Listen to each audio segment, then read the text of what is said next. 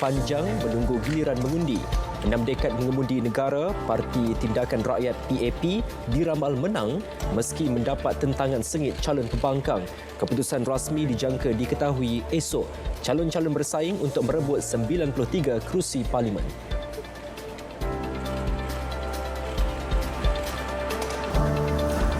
Di Hong Kong, penularan semula COVID-19 memaksa Menteri Pendidikan umum semua sekolah di wilayah autonomi China itu ditutup semula. 34 kes positif jangkitan tempatan dilaporkan semalam menjadikan kes keseluruhan kepada 1,366 dengan 7 kematian. Negara itu turut memperketatkan semula penguatkuasaan jarak sosial di tempat-tempat awam setelah dilonggarkan bulan lalu. Seorang ahli politik Indonesia dikecam berhubung polisi pemakaian niqab yang disalahfaham sebagai satu kewajipan bagi mengawal penularan COVID-19. Muhammad Suhaili Fadlil Tahir, Ketua Pemerintah Lombok Tengah mengatakan arahan dikeluarkan setelah pegawai kerajaan mengadu berhubung pemakaian pelitup separuh muka semasa melakukan senaman pada setiap Jumaat. Tegas Suhaili, ia hanya satu pilihan langkah pencegahan. Setakat ini, Indonesia merekodkan 70,736 kes positif COVID-19. Agensi Meteorologi Jepun meramalkan hujan lebat akan berterusan sehingga 12 Julai ini dan meminta penduduk meningkatkan paras waspada. Arahan berpindah turut dikeluarkan kepada 350,000 penduduk di kawasan berisiko. Setakat ini, banjir akibat hujan lebat dan tanah runtuh di beberapa kawasan menyebabkan jalan raya dan kemudahan awam rosak teruk serta menyebabkan ribuan penduduk terperangkap. 58 orang dilaporkan terbunuh. Baik saudara, seterusnya kita ke segmen sukan bersama rakan penyampai Ifah Hazim. Silakan Ifah.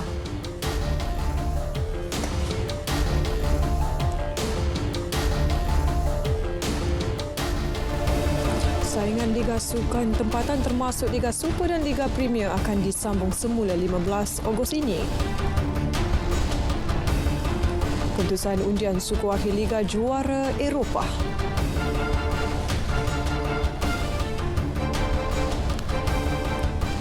Assalamualaikum dan salam sejahtera. Berita baik kepada peminat sukan tempatan. Kerajaan hari ini membenarkan sektor sukan dan rekreasi fasa 3 dan 4 iaitu penganjuran kejohanan dan pertandingan tempatan tanpa penonton yang melibatkan aktiviti tiada bersentuhan beroperasi mulai Rabu ini. Menteri Kanan Keselamatan Datuk Seri Ismail Sabri Yaakob berkata aktiviti itu melibatkan perlumbaan motosikal dan kereta di litar antarabangsa Sepang SIC serta litar tempatan yang lain.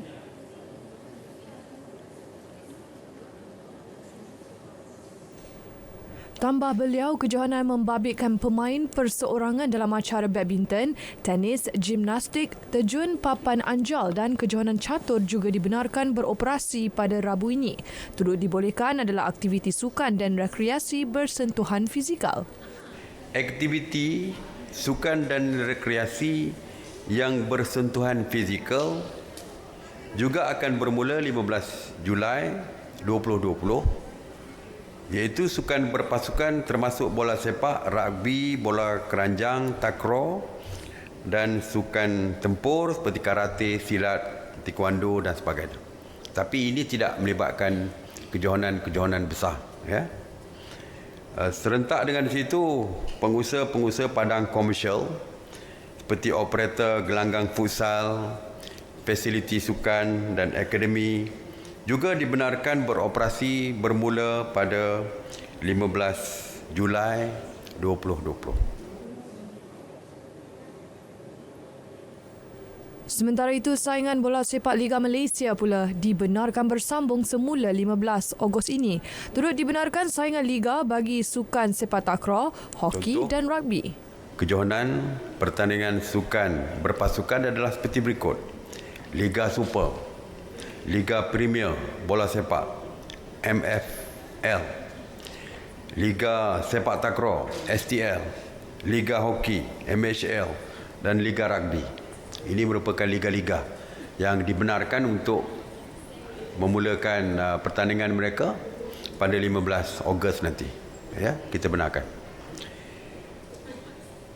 Walau bagaimanapun, pelaksanaan aktiviti sukan dan penganjuran kejohanan perlu diadakan dalam keadaan yang terkawal oleh operator premis dan penganjuran acara dengan SOP am pengurusan, SOP am penganjuran dan SOP am penganjuran yang perlu dipatuhi.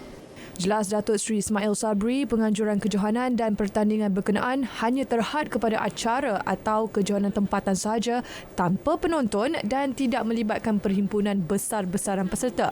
Manakala penganjuran acara antarabangsa yang melibatkan peserta dari luar negara adalah tidak dibenarkan buat masa ini.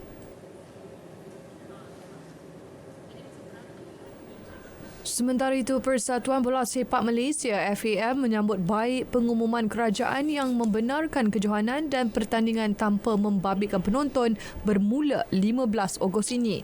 Setiausaha Agungnya Stuart Ramalingam berkata, perancangan bagi persiapan skuad kebangsaan menjelang pusingan kelayakan Piala Dunia 2022, Piala Asia 2023 Oktober depan akan dibincang dengan pihak tertentu dalam masa terdekat.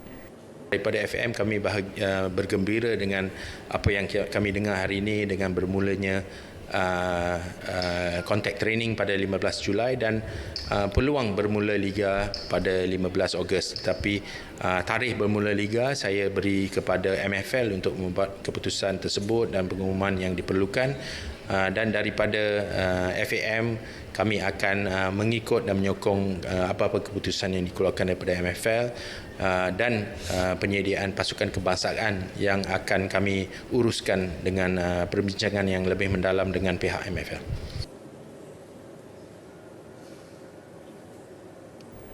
Dalam pada itu, susulan pengumuman oleh kerajaan yang membenarkan penganjuran sukan pemotoran tempatan, Persatuan Motorsport Malaysia MAM menerusi satu kenyataan mengumumkan kesemua penganjur perlumbaan pemotoran kini dibenar untuk menganjurkan aktiviti berkaitan termasuk peringkat kelab dan kebangsaan bermula Rabu ini. MAM turut menggesa semua pihak terlibat agar menghantar peraturan penganjuran beserta rancangan kalender kejohanan mereka secepat mungkin kepada badan induk itu.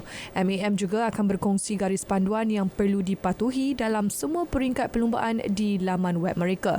Justru, semua pihak digesa supaya mematuhi SOP yang ditetapkan selari dengan kebenaran yang telah diberikan.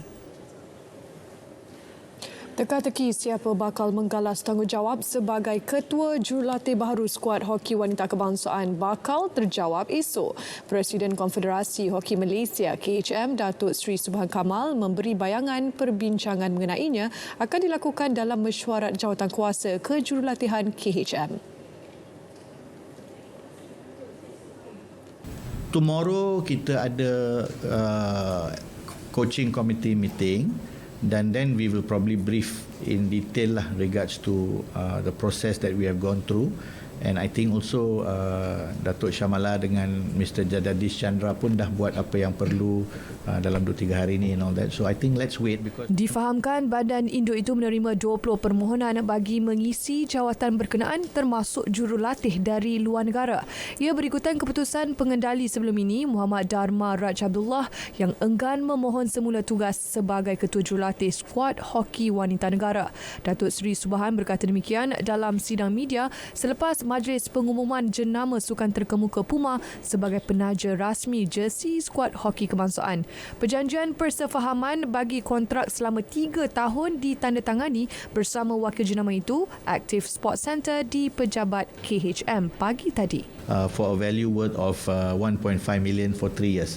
500,000 a year comprises of attire sponsorship full for all our national squads and also attires in terms of shoes, jackets, socks, semualah. Beralih ke sukan badminton, persiapan ke Tamasya Olimpik 2020 Tokyo. Pemain perseorangan wanita negara Sonia Chia harus berusaha lebih keras untuk meletakkan dirinya dalam kelompok 20 terbaik dunia sekaligus mencerahkan peluang untuk layak ke saingan sukan terbesar dunia itu tahun depan. Jelas pengarah kejurulatihan Persatuan Badminton Malaysia BAM Wong Chung Han, 8 pemain menjalani persiapan dalam program Road to Tokyo RTT dan Sonia Chia antara pemain yang diberi tumpuan utama kerana ketika ini dia berada di kedudukan ke-29 dunia.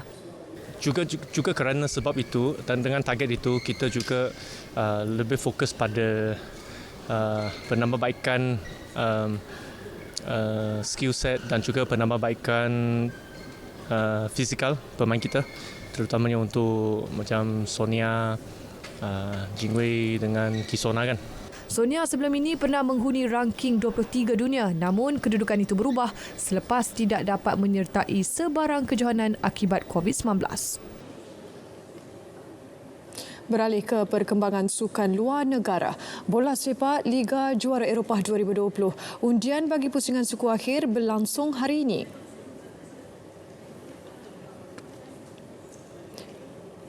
Suku akhir pertama menyaksikan pemenang perlawanan peringkat 16 pasukan antara Manchester City dengan Real Madrid akan menentang pemenang aksi Juventus melayan Lyon. City menang aksi pertama 2-1, manakala Lyon turut menang 1-0. Suku akhir kedua menemukan antara RB Leipzig dengan Atletico Madrid. Leipzig mara selepas mengatasi naib juara musim lalu Tottenham Hotspur, manakala Atletico menyingkirkan juara bertahan Liverpool. Aksi suku akhir ketiga pula membabitkan pemenang perlawanan peringkat 16 pasukan antara Barcelona dan Napoli yang akan bertemu pemenang pertemuan Bayern Munich dan Chelsea. Barcelona dan Napoli terikat satu sama pada aksi pertama, sementara Bayern Munich selesa mendahului 3-0. Manakala suku akhir keempat adalah perlawanan antara Atlanta dengan Paris Saint-Germain PSG. Atlanta layak selepas mengalahkan Valencia, manakala PSG menumpaskan Borussia Dortmund. Kesemua aksi tersebut akan berlangsung dari 12 hingga 15 Ogos di Lisbon, Portugal. Aksi kedua pusingan 16 pasukan yang masih belum ditamatkan akan diadakan pada 7 dan 8 Ogos. Baik, laporan itu tadi mengakhiri segmen sukan pada malam ini. Teruskan bersama Andy dan juga Margaret untuk segmen seterusnya, segmen Hashtag. Silakan.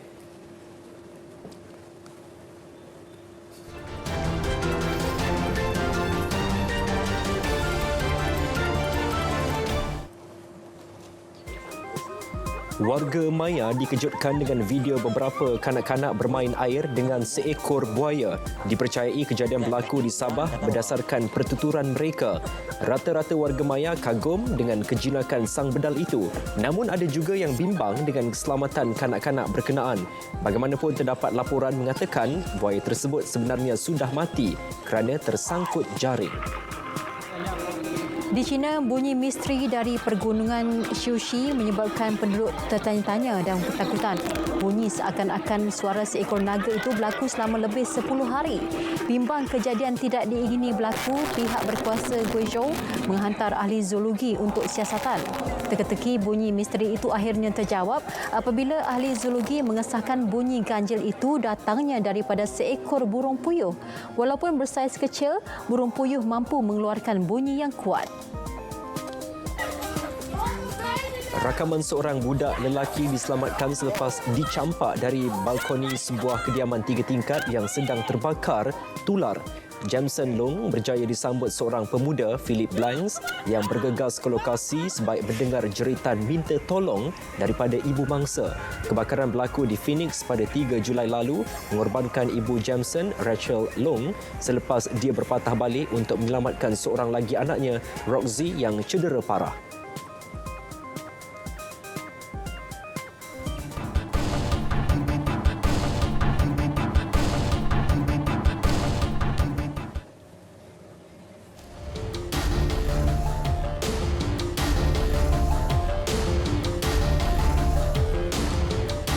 Saudara, setelah muncul dengan single duetnya bersama Bunga berjudul Dup Dup, kini Aizat Amdan melangkah lebih jauh berduet dengan penyanyi dari seberang, Hanindia, dalam single Ku Mau.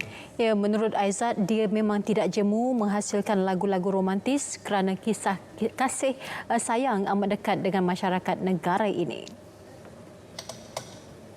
Sebab saya rasa itu satu topik yang saya gemar. Memang saya suka bercerita tentang cinta. Walaupun orang cakap macam, yelah mungkin dia agak klise, tapi saya rasa kita, especially culture kita memang sentiasa interested dengan cinta. Dan saya memang daripada dulu lagi saya suka advocate cinta. Jelasnya lagi, lagu Ku Mau pada asalnya dinyanyikan dalam bahasa Inggeris namun diadaptasi ke bahasa Melayu, memandangkan ramai peminat Aizat dan Hanin amat dekat dengan bahasa tersebut. Saya dan Hanin lah setuju yang kita nak berduet dengan bahasa Melayu lagi bunyi natural, sebab sebelum ni macam Hanin pun dia buat lagu pun semua bahasa Melayu dan saya pun kebanyakan lagu saya yang popular pun bahasa Melayu, jadi dan dia paling penting dia bunyi sedap lah. Ia inginkan suasana tenang. Penyanyi dan komposer Jimmy Screen menjadikan pengkalan nelayan Jalan Tangki Klang sebagai tempat mencari ilham. Beliau akui selain panorama menarik, keramahan warga nelayan turut membuat beliau rasa senang dan membantu dalam menghasilkan karya. Justru beliau menyarankan rakan karyawan turut mengunjungi lokasi berkenaan. Saya memang kerap ke sini di pengkalan nelayan Jalan Tangki di Pulau Kelang. Saya rasa tempat ini memang agak strategik untuk penggiat-penggiat seni macam saya untuk melangkapkan fikiran untuk mencari lagu. Tapi sebelum mana yang tak kenal, saya adalah Jimmy Screen dari Kumpulan Screen. Bila cinta didusta, hati mula gelisah. Beliau yang ditemui di pengkalan nelayan tersebut turut berterima kasih kepada kerajaan kerana tidak meminggirkan golongan penggiat seni industri kreatif melalui pengumuman inisiatif penjana kepada mereka. Senang dengan layanan dan kemesraan warga nelayan, beliau akan sentiasa mengunjungi pengkalan nelayan tersebut dan terus berkarya untuk menyumbang kepada industri seni negara. Saudara, berita perdana edisi 10 Julai berakhir di sini. Pastikan anda terus kekal bersama semua buletin kami di saluran berita RTM. Ya, tentunya maklumat sahih jenama dipercayai. Dan jangan lupa patuhi SOP dan jaga kesihatan bagi mencegah COVID-19. Dengan itu, Assalamualaikum. Salam hormat dan jumpa lagi.